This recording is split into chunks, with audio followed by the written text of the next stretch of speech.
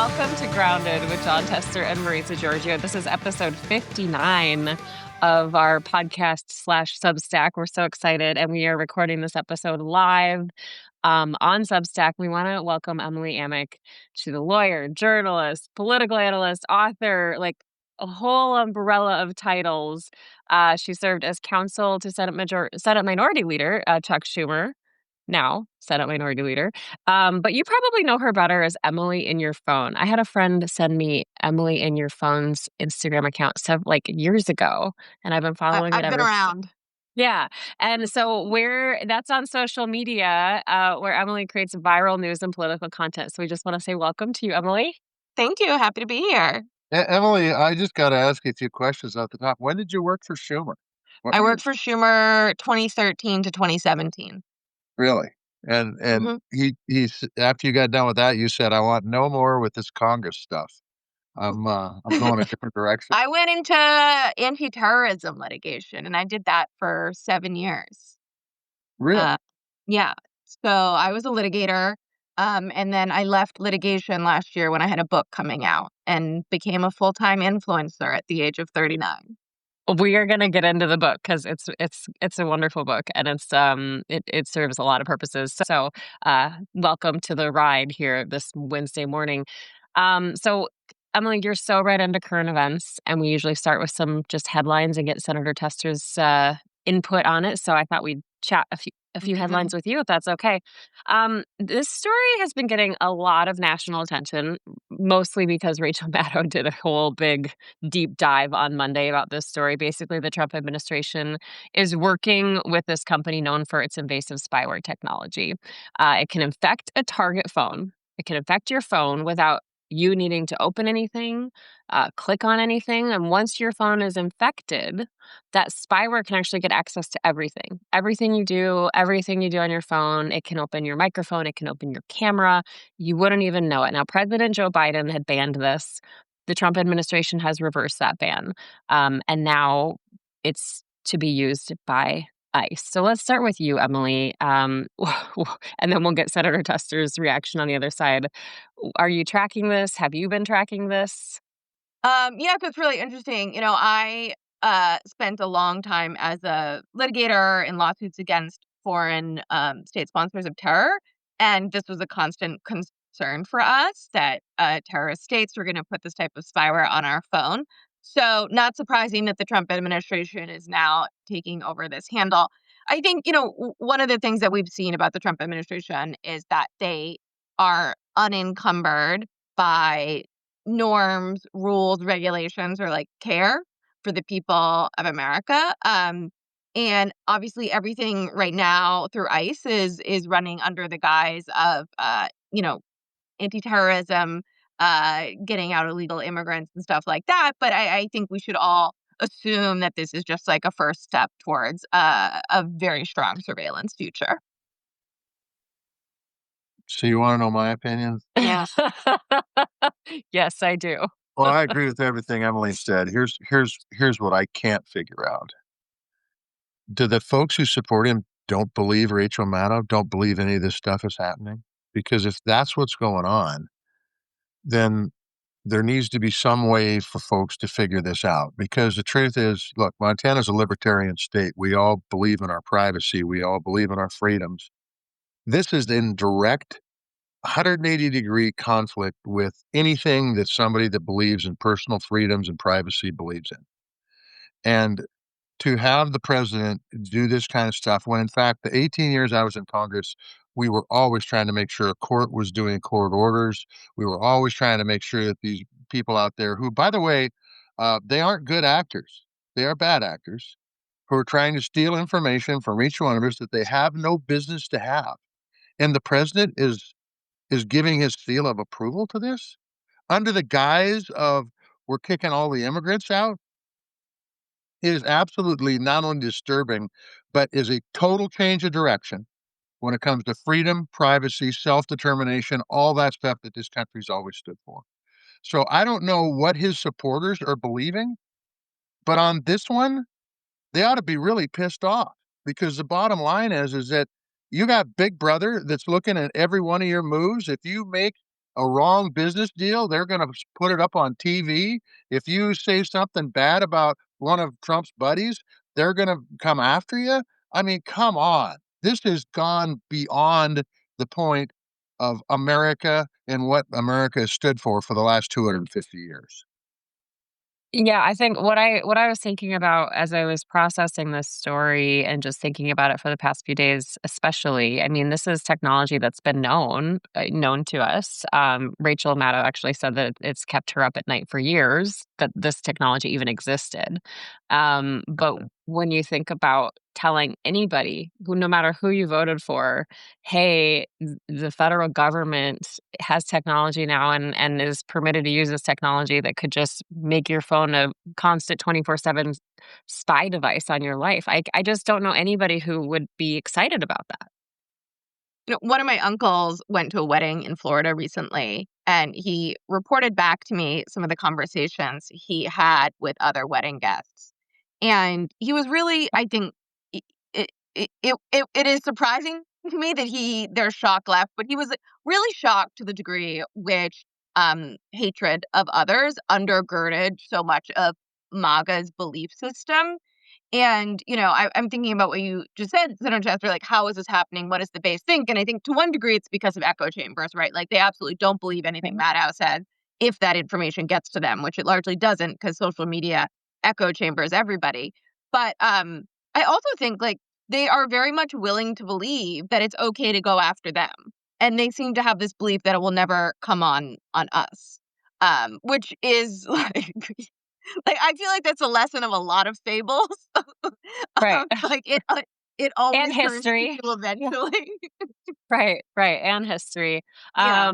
Senator, with it, you've been privy to a lot of information that I don't know about, thank goodness, because I don't want to stay up at night knowing what you know. But like, were you aware of this technology that's been on your radar? Yeah, but the truth is, yes, absolutely. But we were concerned about it from a China standpoint or a Right. Russian standpoint, not from our own government doing it. Well, we were concerned about our own government doing it. That's why we put up rules and laws. That's why Biden did what he did. Government has our government, and by the way, Chinese government doesn't either, Russia doesn't either, North Korea, Iran, you pick one of the bad actors out there. They have no right to do this, and neither does our federal government or state government or any government, or by the way, you have any right to know what I'm doing unless I want to give that information up. It's ridiculous.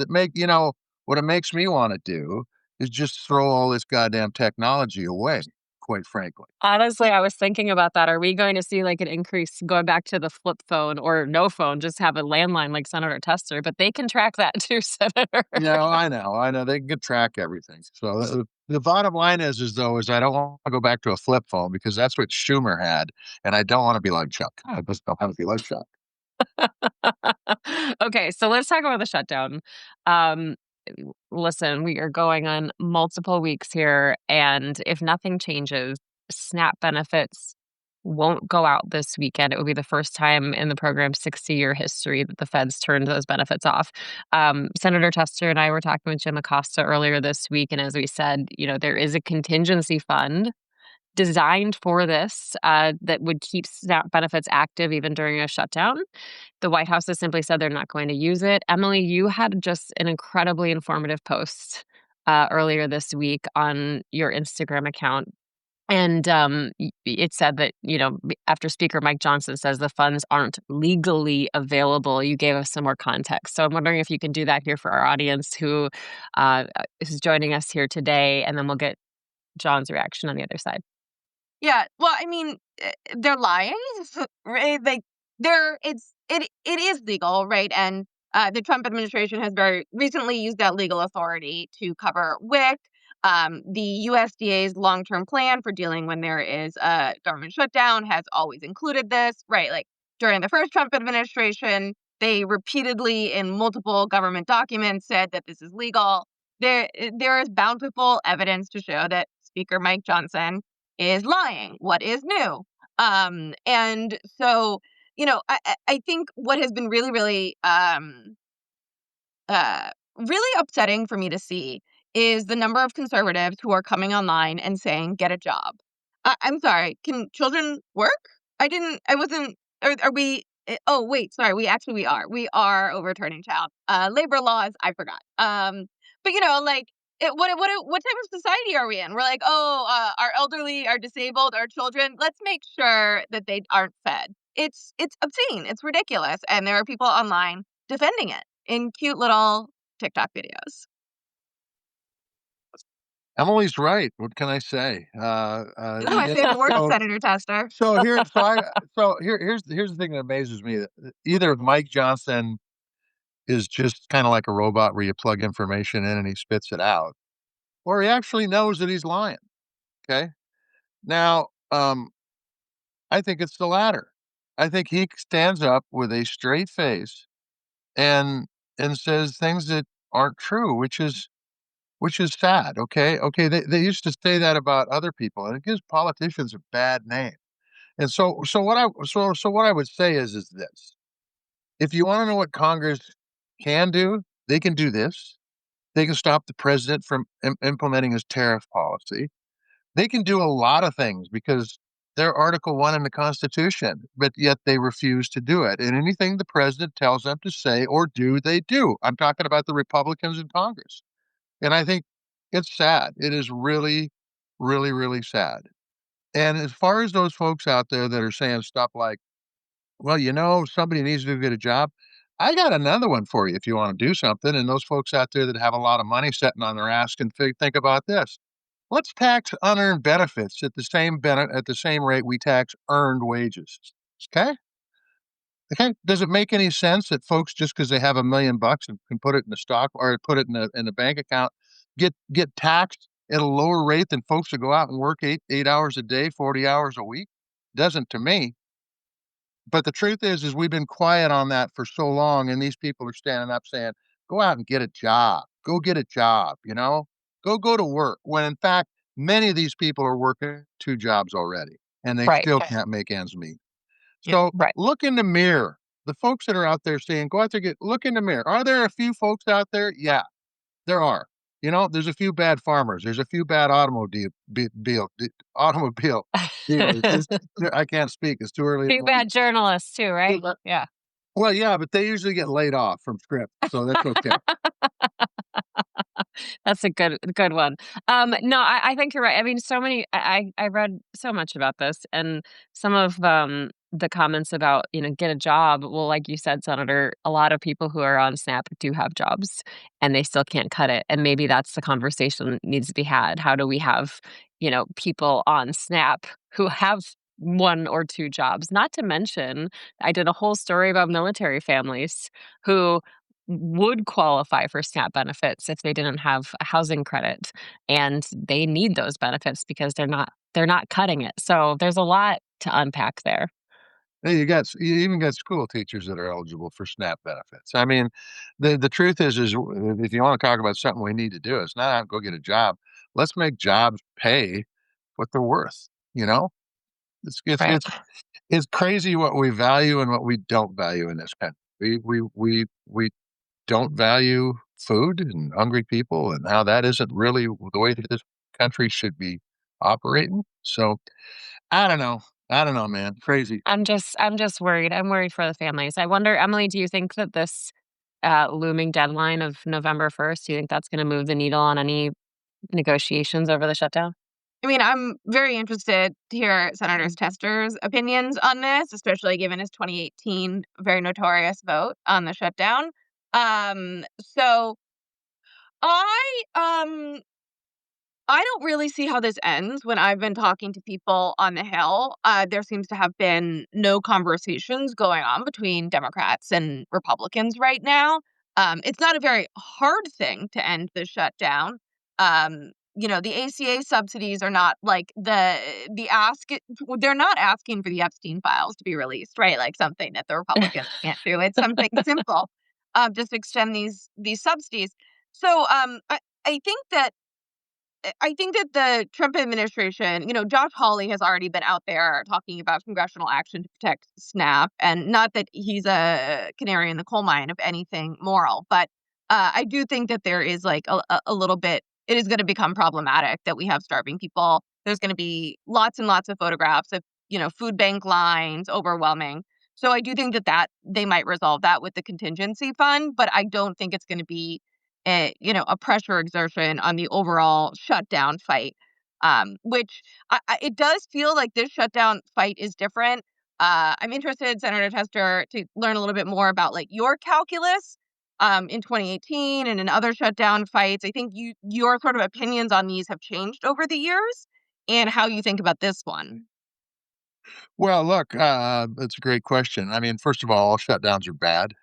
People think that there are political benefits to them, and that's where they do it. And I think that's why this one is being done. I think President Trump thinks there's some political benefits to a shutdown for him.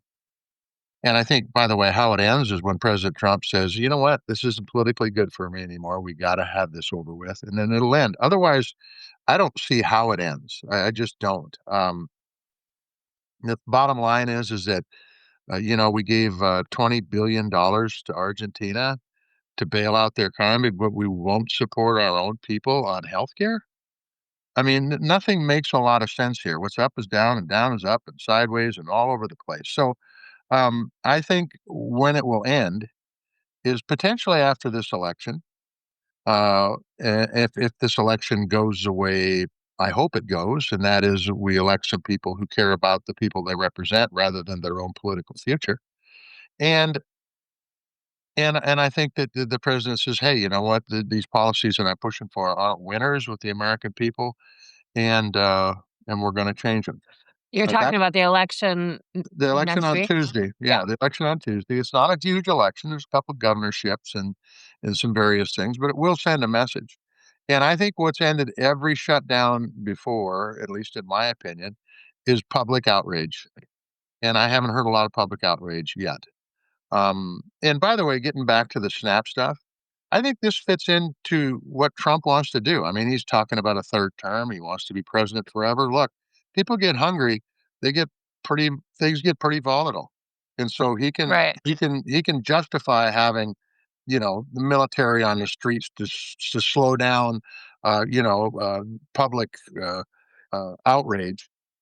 When in fact, I mean, that's what he wants to do anyway. That's where he wants to go. And these no kings protests really must piss him off because they've been very peaceful and they've been very effective too, I might add. But this whole thing with the shutdown, it all has to do, in my opinion, with political win. Who's going to win politically? And this thing could go on for a couple more months, 3, 4 more months potentially. Do And you think in the end, things like SNAP doesn't go out. Now, I'm in agriculture. The agriculture benefits don't go out. There's a ton of stuff that doesn't go out. And then at some point in time, folks like TSA and the air traffic controllers are going to say enough of this shit. And when the air traffic controllers say enough of this shit, shutdown's over because people can't fly. It's over. And so, you know, we'll see. do you think Schumer is doing a good job leading the shutdown? I mean, Warner and Ossoff are already sort of breaking. Do you think there's going to be a break in the Democratic caucus? Well, I think there's one of the unions I read yesterday. I don't know if it's true or not. Is breaking away. I think they're very very hard. It's a very, very difficult situation for him. I think it's a no-win situation for Chuck, by the way. I think the one 3 months ago was a no-win situation for him too, and everybody was so critical when he did do the shutdown. But, it's easy for people, and I say this in my position too now, it's easy for people from the outside to poke holes in what's going on, when you're not in the room where it happens. And, um, and I think Chuck's doing the best job he can do with what he's got. Are there certain things that I think Chuck is failing on? Yeah, I mean, they need to work on message. I know they're getting message, but it's not getting out to the people. It's not getting out to people what they're doing, and I think that's a killer. By the way, Democrats always been shitty with message, so this isn't a breaking news story. So, they need to hire somebody that's gifted and talented like Marisa Giorgio to help them get their message out. No, Because the Emily, truth not is me. the gifted and talented, yeah, because the bottom line is that what they're doing is hard. Now, I finally heard that this shutdown could be stopped if the subsidies were put in, but the list was longer than that early on, and I think you really need to get keep it simple, stupid, the KISS principle, and And so that's it. But Chuck's in a bad situation, man. He's in a tough situation. They control the House, they control the Senate, they control the president, they can do any damn thing they want, including opening the government or keeping the government shut down. And so he's dealing with a hand that doesn't have the number of cards in it that they do. So you said that you think there needs to be more outrage from the people to move this Yep. forward. From your Yep. position as a senator, when you were in that position, what were you looking like? What would need to happen? What would you be looking for to feel that pressure? Everywhere you went, somebody was telling you this was a screw up, regardless of party. And the problem is, I don't see these guys out and about, at least in our state, much at all. They keep their heads down and they're underground most of the time. And we've got how many senators, Maritza, are in the SNAP thing to get SNAP benefits out? Oh, I think 5 voted. There's 5 five. There's Republicans. five Republican senators that have the bill that Hawley's got. Look, Montana's one of the poorest states in the union. Where are our 2 senators? You know, they're gone. They're asking President Trump how high to jump, and then they're jumping that high.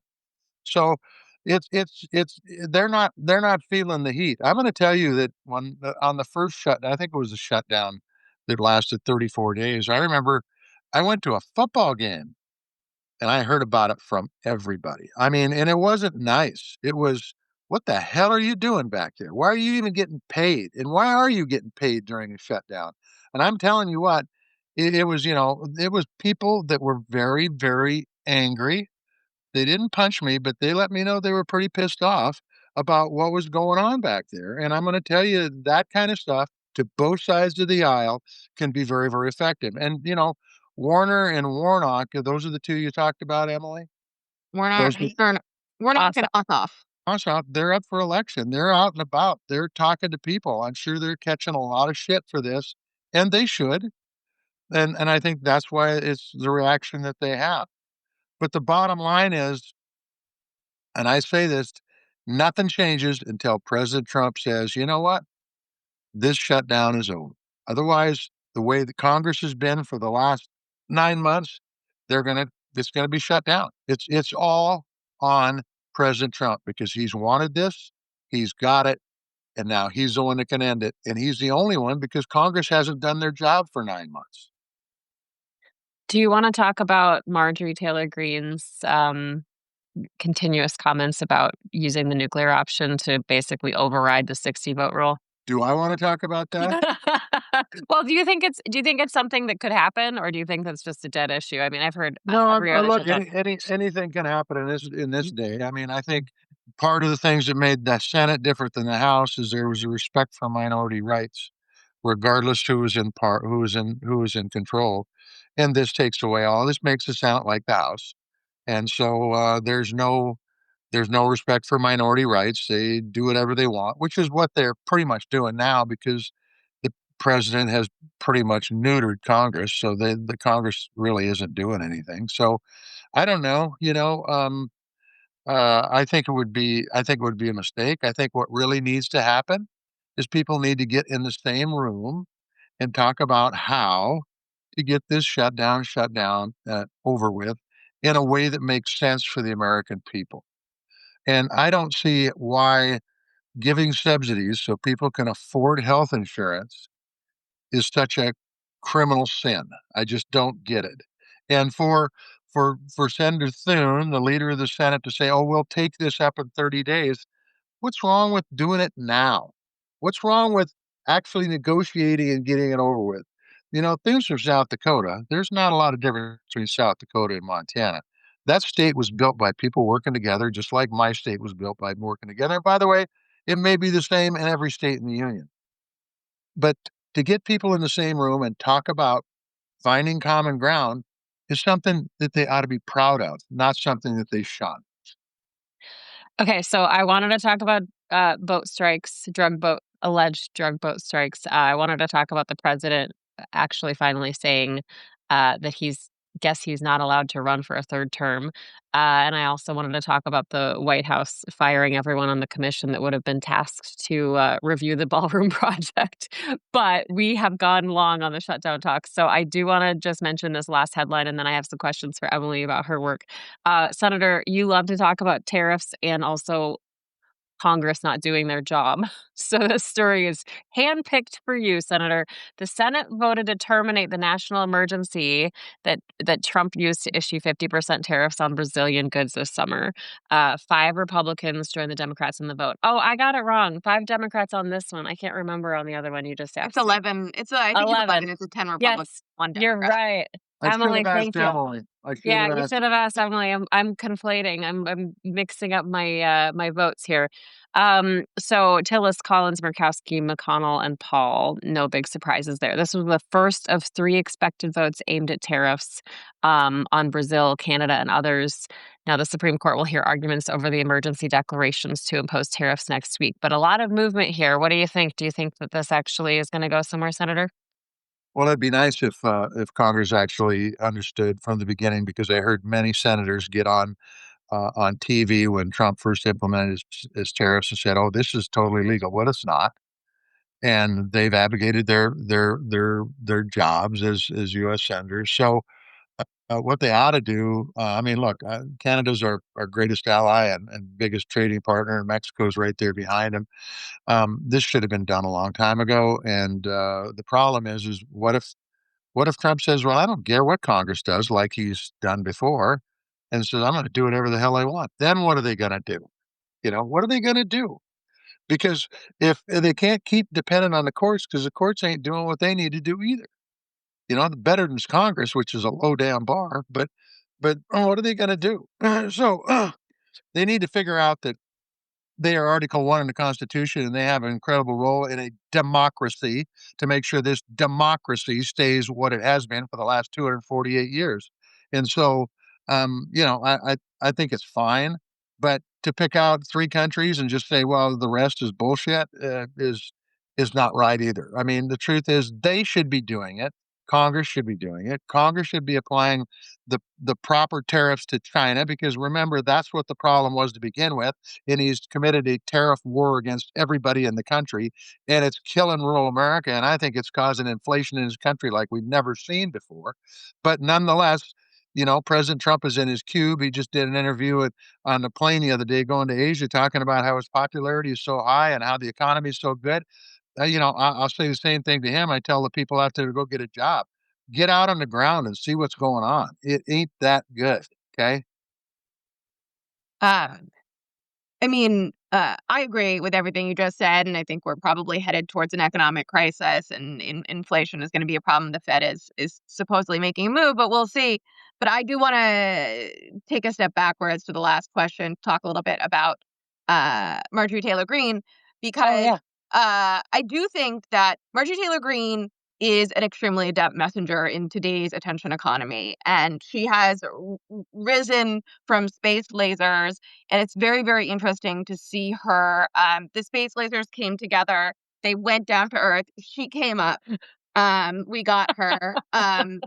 So it's very interesting to see her pivoting, right, to do 2 things. Number one, she's pushing against Mike Johnson, of course. Like, we've had the Freedom Caucus lose a lot of ground recently. And so I think she's reasserting a little bit of power. She doesn't have her special friend Kevin McCarthy anymore, which must be sad for her. Friday nights must be lonely. But she, I think it is showing, though, that there is this sort of middle ground she's trying to pull. She's obviously pushing for a presidential run in 2028, which is really fascinating. And going after the filibuster, to me, is really interesting, because not a lot of people in the Republican Party have been saying break the filibuster. My opinion from the beginning of the shutdown has always been this ends with the breaking of the filibuster. I have long, I thought, I'm like a very moderate sort of comparatively to most other Democratic influencers. I'm an institutionalist, right? Like, I grew up and came of age in institutions. But that being said, my opinion has been, in recent years, Democrats, we should have nuked the filibuster, because at the end of the day, the American people want to see you get things done, and they care about that more than process, especially in today's attention economy. So I'm interested, Senator, if you think backwards, if you think the Democrats should have done something different, or you are happy we didn't make that choice because the filibuster still exists and is like the lone bulwark preventing the Senate from moving forward. And then I have one other follow-up question after that. Well, I don't think the filibuster is the problem with moving the Senate forward. I think the problem there, and it's caused by a lot of reasons, is the hyperpartisanship in this country. How people can make money off of being crazy right or crazy left. And I think that's the problem. It's not the filibuster. It's that, back in the Mike Mansfield days, the work got done in the middle. 70% of the people were in the middle. It wasn't that you had to be crazy right or crazy left. It got done in the middle. And people, for some reason now, compromise is a dirty word and they don't want to get it done. So, yeah, I believe in the filibuster. Here's the problem with you take away the filibuster. I think families and business like consistency. I think they like predictability. And I think if you get rid of this filibuster in the Senate, Congress is paralyzed now for a lot of reasons. So there's that predictability. But the truth is that issues will flop back and forth, right and left, and that's assuming we still have a democracy. By the way, that issues will flop back and forth depending on the whim of the House or the Senate, because there will be no attempt to make sure people get together and talk and find middle ground, because the filibuster will be gone. And that's why I feel the way I do about the filibuster. So I wrote a whole book about people coming together and the exhausted majority taking a bigger sort of stance in politics and daily life, and the fact that it's sort of like it's the silence of the reasonable middle that has given rise to the vacuum and allowed extremists to rise. That being said, I am like so triggered, but when you were like, we just need to get a bunch of senators in a room, as a former staffer, nothing sends chills through my body more than a principal saying, you know what the solution here is, just get a bunch of senators in a room. Like, it's never done anything other than make more work for staff. Hey. Now listen, I'm going to give you proof why this doesn't necessarily, got a lot of work for staff, but there were 5 Republican senators and 5 Democratic senators that got in a room and for better part of a year talked about an infrastructure bill and got it done. Now the staff worked their ass off and it did make a lot of extra work for the staff, but the end is we had the largest investment, and I say investment, in infrastructure since the year I was born. So when people get in a room, if you've got the right people in the room, there's a lot of good work that can be done. Unfortunately, there's not a lot of right people left in Washington, D.C. They're all pushing towards the edges. It feels to me what Democrats have been pushing for is like pushing from the inside, right? Saying like from within the inside, we need to force other people to find common ground. That is the solution. Whereas Republicans have built this movement coming from the outside, right? Where they say all of the pressure will come from extremists we support, elect, extraordinary levels of independent expenditures. I mean, hundreds and hundreds of millions of dollars have been spent building up Turning Point USA. There's absolutely nothing commensurate on the left. Right. No way to shape or form. Right. And I just saw someone from the Beef Association saying lobbying has never been better. All you need to do is pay an influencer. And I was like, oh my God. Emily, aren't you an influencer? I am, and no one wants to pay me. Shoot. This is my announcement. I'm available. So send me on a trip to Montana. Oh yeah, we could hang out, Emily. That'd be good. Bozeman, here I come. If it's any I took a fly fishing consolation, recently. if it's any consolation, I can tell you from a beef standpoint, which has been one of the few things that you could actually make money out of production agriculture. In the last 2 weeks, it's tanked because of the Argentinian beef import promise, and by the way, opening up Brazilian markets to beef coming into the United States. Those 2 things have raised hell with the beef market. So their influencers ain't doing a very good job, because I haven't heard anybody backing off on that from the White House. I'm going to agree with Allison, who says, meh, Bozeman, come to Missoula. I agree. No offense, Bozeman, but Montana Tourism Board, I'm available, is all I have to say. I just last week did a event with Montana's favorite daughter. So we did a little we had a conversation about the future of gun reform between me and a former NRA lobbyist. So, and it was great. It was a great conversation. Oh, that's And the former NRA lobbyist was from Montana? Yeah. Montana born and bred. So, wow. That's okay. I need to Yeah. that's a good I plug. guess So we listen, we gotta bring up that episode. yeah, we do. I want to pivot though and talk about your work, Emily. I mean, you're one of these. You're a creator. You're an influencer, right? And you're really trying to reach people where they are. Like I said, people have sent me your accounts and posts for years, and you're trying to reach people in ways that they're not traditionally reached. So tell us about how you pivoted into that arena. Like, what yeah. was the So, pivot? I grew up in Texas. I went to University of Alabama. And when I was sitting in the Senate working for Senator Schumer, I was very active on Instagram. Obviously, I am a dog mom, and I post a lot of pictures of my very adorable dogs on the internet, as one does. Wait, no, And I saw a cat. I saw a cat oh behind yeah, you a little bit ago too. Who was just so cute walking down the stairs. I have a I have a special needs cat that goes up and down, I going up and down. It's so cute. Okay, sorry. Go ahead. Hazel. She's right here. So I was posting all this stuff on Instagram, and what I saw was all of my acquaintances and all of my old friends were reposting conservative content in the vernacular of the platform. It was a lot of QAnon content in like really cute watercolors. And it was very, very effective political messaging. And I tried to do meetings to talk to people about how, you know, right, we don't call ourselves soccer moms anymore, but there is this vast group of women who are swing voters, and we are on Instagram. And I tried to do all these meetings and talk to people about how this was really important for Democrats to invest in this. Turning Point USA, blah, blah, blah, blah, blah. This was 9 years ago I started this, and I got laughed out of rooms. And they said, Instagram is for women to buy shoes. You're effing moron. You don't understand politics, blah, blah, blah, blah, blah. And so after a couple years of trying to have conversations, I was like, fine, I'll do it. I'll prove my point. And that's really how it started. And I love my community that I have built on Instagram, and it's like a very wonderful place. I had cancer last year, and my community has supported me through that. Like, I think that there are ways to build political communities online that can be really beneficial. So many of my followers have ran for office, are serving on library boards, are, working with their PTAs. They've done all of this stuff. And it's really meaningful. It's certainly not at scale that we see on the right with the investment that they have on the right, but that's really how I got into it. And I ended up writing a book because I was constantly getting DMs with these questions like, I'm hopeless, I'm helpless, what can I do? And it's not a question I could answer in a sentence. And so I wrote a book because I needed 250 pages to answer the question.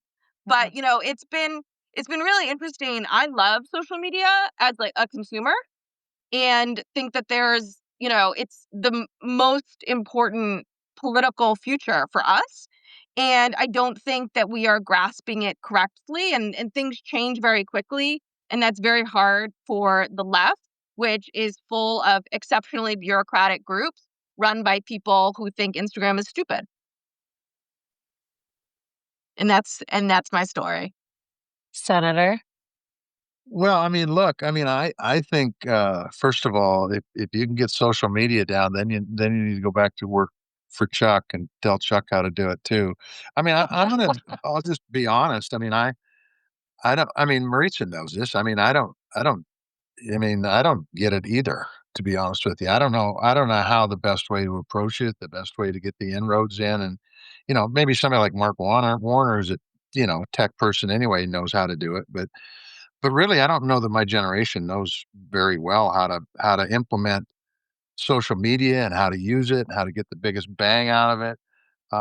And I can tell you that I applaud the people who know how to do it and do it well, because it's kind of like knowing mathematics. It gives you a leg up when you're solving problems. That's why Emily's available for hire, though. Emily's available. I'll work for free. But why, for my audience, why did you decide to do this podcast? You could just be working on your cars and working on your farm. How come you decided to do this?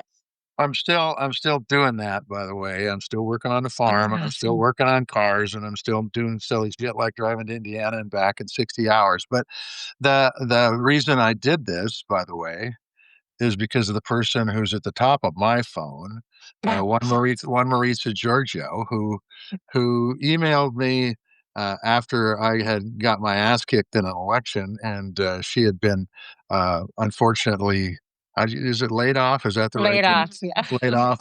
Laid off from Scripps. I always say fired, but that's okay. She laid off and said, "Hey, would you be interested in doing a podcast?" And my response was, "Only if we can make millions." Well, we haven't made millions, but it's been kind of fun. So Yeah, that's how it's we been did it. fun. This was not my idea, by the way. This was her idea, totally. Well, that's And so and great. there have been other people that have approached me about Yeah. doing a podcast, a different kind of podcast, but they've never been able to get the principals together to do it. And so here we Right. are. A debate podcast, I imagine. My advice to senators that has been taken a lot, but is, you have to find people who work in social media who you can hire and then trust them when they tell you what to do.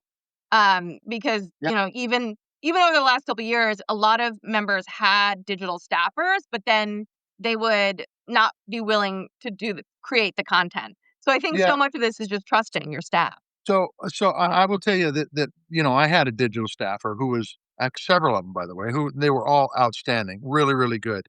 And we did some stuff digitally, and it was fine. And, we cut content and all that stuff. What I really think the Democrats need to do is they need to have somebody in the big office, in the minority or majority leader's office, whoever it is, that is helping direct these folks that are doing digital media so we can all get on the same message. Okay. Mm. Because, and by the way, you don't have to copycat everything that comes out of the leader's office. But if they just give you some guidelines, you can help support a message that works for Democrats. Feeding hungry people might be a decent thing to be doing digital media on right now. Talking about how tariffs have increased inflation might be important. And if you have 50 people doing it instead of one individual person doing it, I think it has much more of an impact.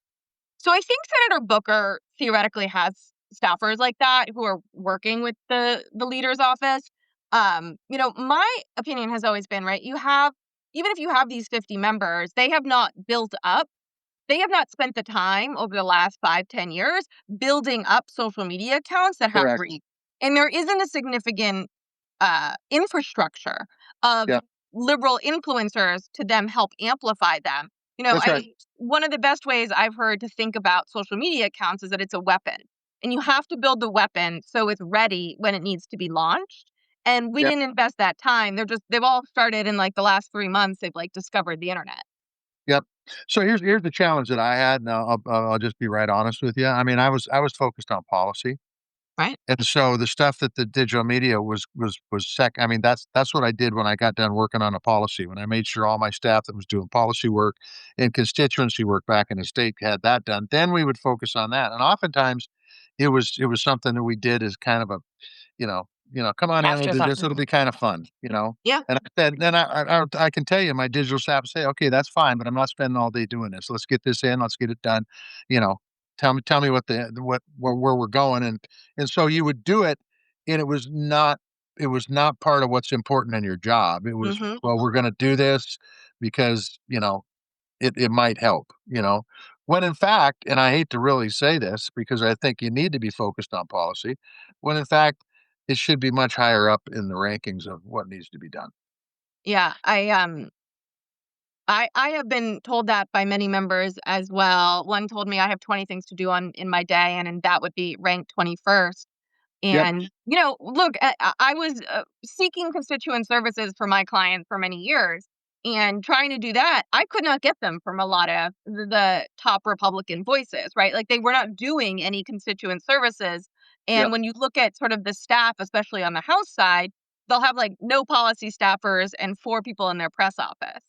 Um, Yeah. it's infrastructure that's been built. So, Emily, how did like when you talk about how there's no comparable effort on the left, like this is effective as what the right's done, especially with Turning Point USA. How do you change that? What's the roadmap? What does that look like?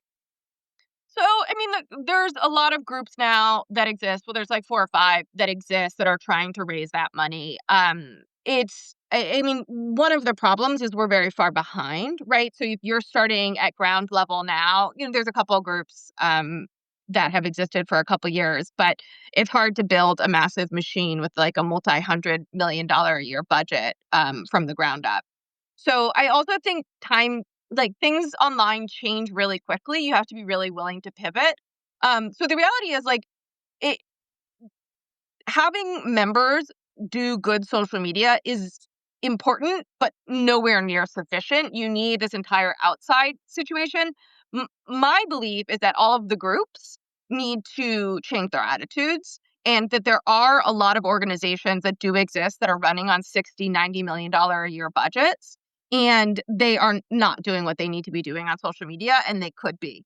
And that is the shift that we need to see, that these smaller organizations that are being built that have $1-2-3 million a year budgets to do creator work are important, but likewise insufficient, because you need that scale. All right. So what needs to be done to make that happen?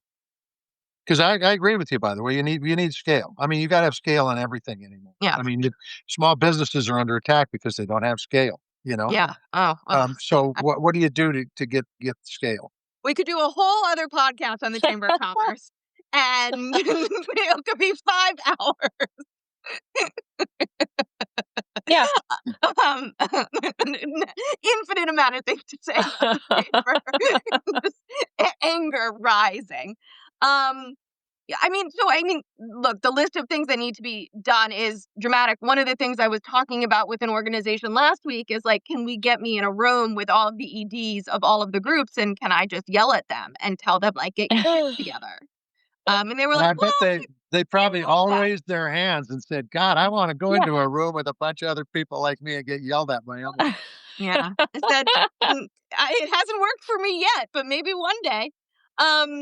But I think that one of the problems is the incentive structure for organizations, right? Which is so much about pleasing donors and boards and things like that. And those people are not the people who are online.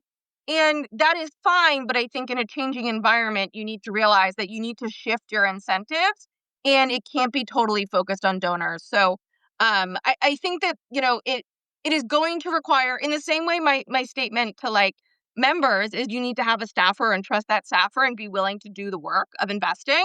It's my same point that I have to these executives. But I don't, I've had this conversation with a lot of them, and they really don't like it. And so I thought that 2024 was going to change things, and people would move beyond "we need a Joe Rogan on the left" to realizing we need an infrastructural change. I'm not sure if people really know what that looks like right now. People are sort of waiting, and we don't have time to wait. Every day lost is a week lost, in my opinion. I'm level 12 fire alarm level. Well, I think it's a fair point. And, I think that's why your book is so fascinating to me. The book is called Democracy in Retrograde: How to Make Changes Big and Small in Our Country and in Our Lives. And you said that people were sending you direct messages saying, "What can I do? What can I do?" And I see people on our chat right now saying, "How do we do this? What do I do?" So I know that you said you needed 250 pages to tell people what to do, but can you give us a good Cliff's Notes version of what that looks like? And because I get the same messages, Senator Tester gets the same messages. What do we do? Yeah. So I have a couple different things. The core of the book is about helping people come up with a civic action plan, which is a sustainable way to be politically engaged, right? You cannot just show up on an election every 4 years, every 2 years. You need to find something you can be doing every week that you are passionate about. And a big part of the book is also that this is going to make your life better. If you do this, you will find friends, you will find community, you will find joy. All of these things. We have a loneliness epidemic.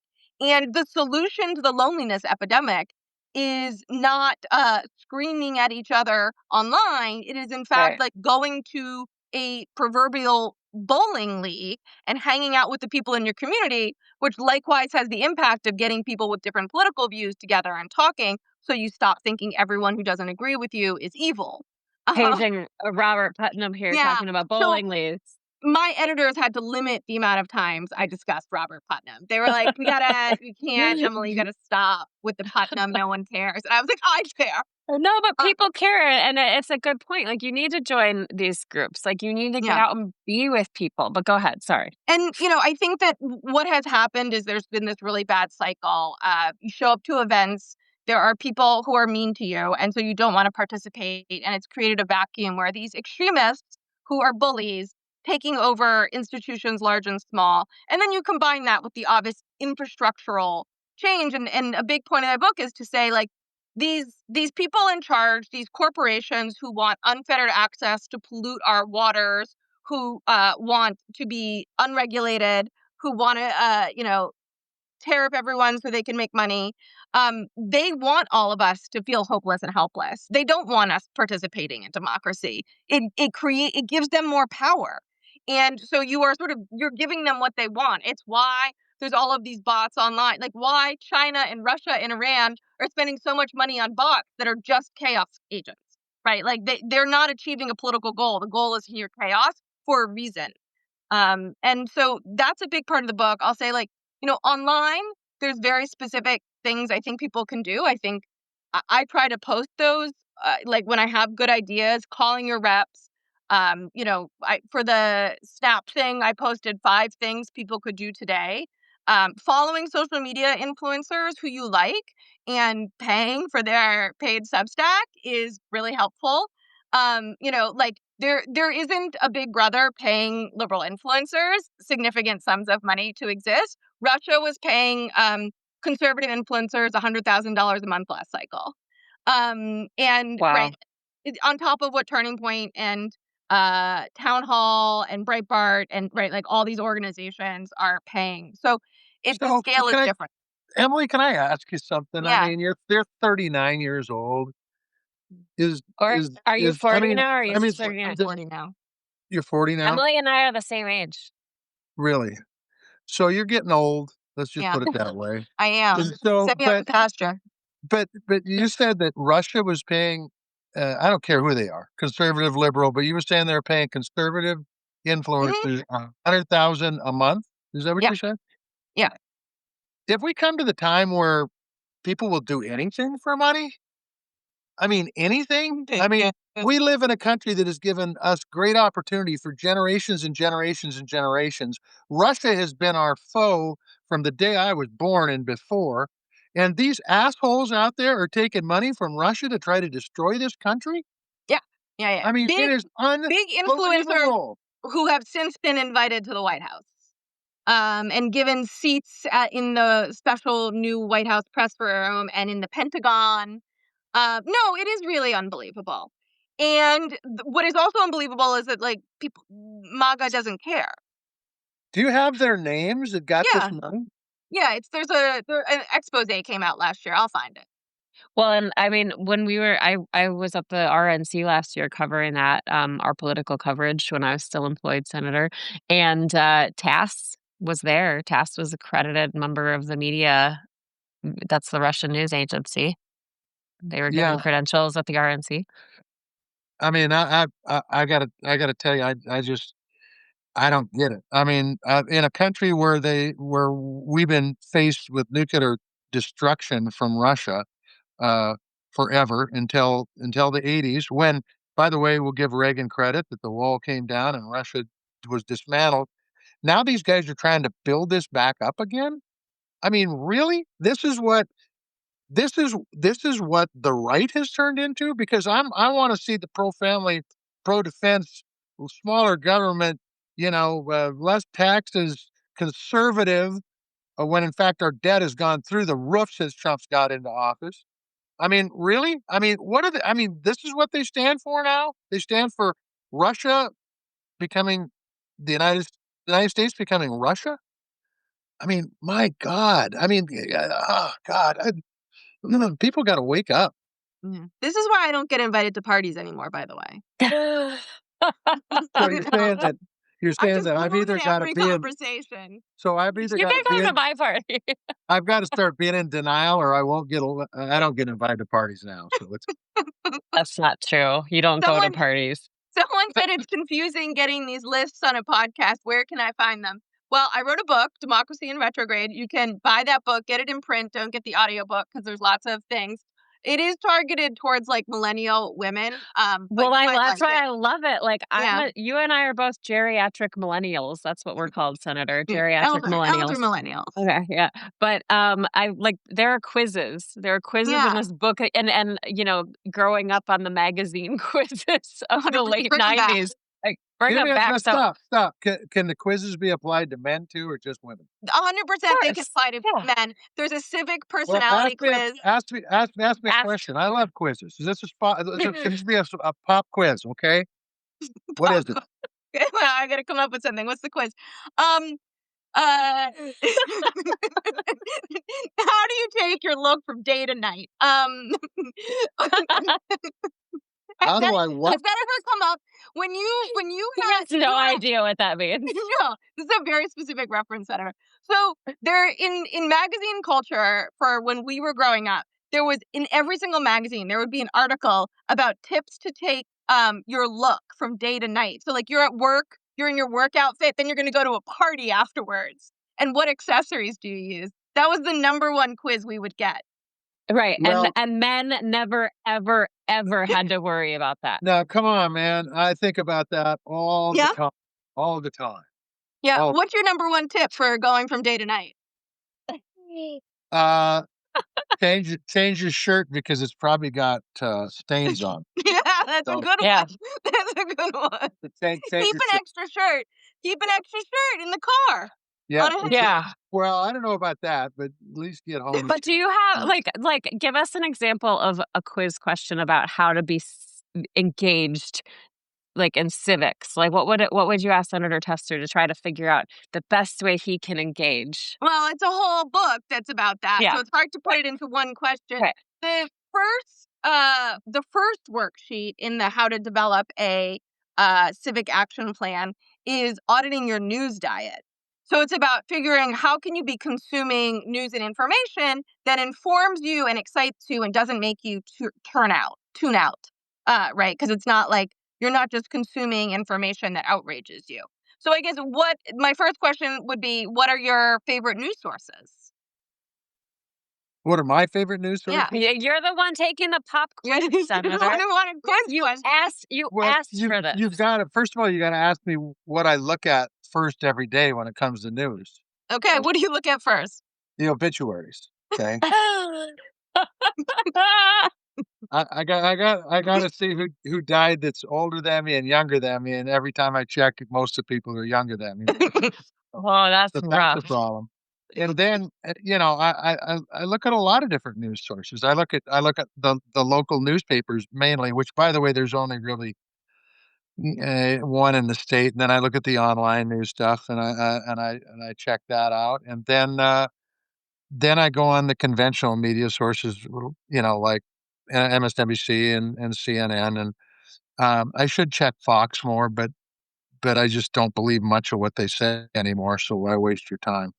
And then he reads the 8 links that I sent him overnight via text message. Like, hey, read Oh, this, yeah. read this, hey, read this. I forgot about that. Then Maritza sends me news clips that says, "Hey, you're starting to think normal, so here, read this, and it'll make you think." And so that, But I do think that that's very elucidating, right? Because now over 50% of Americans get their news from social media. They're not getting their news from newspapers, which is your primary source. Yeah. So it does immediately reveal this massive disconnect. You didn't list any podcasts on there.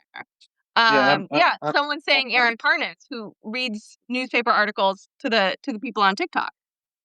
That's right. And we had Aaron Parnas on, and I send him Aaron Parnas' Substack all the time because it's like very concise and easy to just catch up. and he's very, very good too, by the way. And he's very, very good, outstanding, in fact. And so I get it. I can tell you when I was running last time, I was at a fundraiser, which is what you do when you run for office. Hopefully we can get that changed too, so we can take some of the money out of these politics. I think that's part of the problem. But I had a young man come up to me. He was probably 25, maybe 30 at the most. And he says, "Where are you going to spend this money?" And I said, "Well, we're going to spend it on TV, and we're going to spend it on digital ads." And he says, "Well, the only place," he says, "I don't watch TV." And I said, "Well, where do you get your news?" He says, "I get it from Facebook." I don't even I can't even get on Facebook. If I want to look at a car, I get on Facebook Marketplace. But other than that, I haven't seen anything on Facebook that's worth reading, quite frankly. And so why? I mean, really.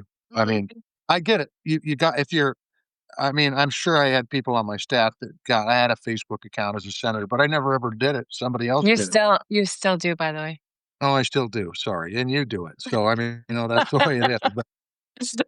But the truth is that how do you get news on Facebook? I mean, just because John Tester says it doesn't mean it's a fact, for God's sakes. Well, Or just organizations have Facebook accounts, so I the mean, problem is there is real news on Facebook, but there's also a ton of a fake lot news.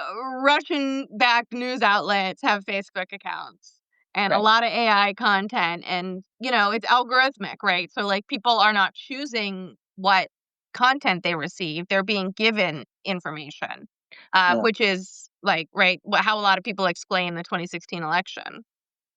Well, we have, like, we could go on and on. I mean, I would love a regular segment of Emily and I just, like, basically bullying you with our geriatric millennial takes because I think it's pretty good. I'm I easy like to be it. bullied. I'm I easily like this. bullied. Hey, Yeah, we're giving him a whole education series here. But Yep. Emily, I just like thank you for all the work you do, and trying to reach people. And we're so glad you joined us. We're so glad you joined us today. we went way long, so, Way long. We did sorry go. about that. Sorry, We but did go thank you way for long, being but on. there's so much to talk about, and if you like, I know people keep asking, like, "Where can I see this summarized?" We don't have time, we don't have time, but, Emily, you have all kinds of social media accounts and also Substack, I have a where Substack. Please subscribe to my Substack. You'll find it interesting. And my Instagram is Emily in your phone, and lots of useful information there. lots of useful information, and then don't forget the book, Democracy in Retrograde, so you can go take those quizzes, and I don't think it's actually how you go from day to night, but, somebody did comment that it's more blush, which is always a good idea. We More didn't even blush. get to talk about, like, I love I read, like, you're very girly and you like pink and I'm the same way, so we could talk a lot about that, but Senator Tester, I don't want him to feel left out. Yeah. We'll have So to get you a. what color do I have to wear? Do I have to wear blue? Uh, No, No, you can you wear should pink wear too. you can wear pink too. Yeah. really? Yeah. I was in I love like a pink tie or a pink shirt. Oh, Well, So great. Emily will like this story. I was in my best friend lives in Hawaii and I was visiting her last week. And, John always wears a hat that we talk about at the end of each episode. And Oh, I was in a shop and there was a pink hat that said salty bitch on it. And I thought that is the hat for him. But I don't know if he'd wear the pink one, but then I found it in other colors and I sent him a picture and he's like, no. no, because that hat fits Marisa a lot better than it fits me. I don't know. I think it'd be pretty funny, Senator, if you wore a pink hat that said salty that, bitch on. that's the type of stuff that works in the attention economy, Senator, that you have to do to get the click. So you're saying Alaska doesn't do it? Is that what you're saying? We'll get to Damn Alaska. it. We'll get to Okay. Alaska. But Oh, yeah, pink is good for your complexion, as Michelle's saying. Well, thank you, Emily Amick. Thank you so much. Emily and your phone, we just appreciate you. And I'm so glad I just have to ask about your health. You're doing well. I'm doing better. It's a little bit of a Okay. slow climb, but I'm doing a lot better than I was, and so that's the good news.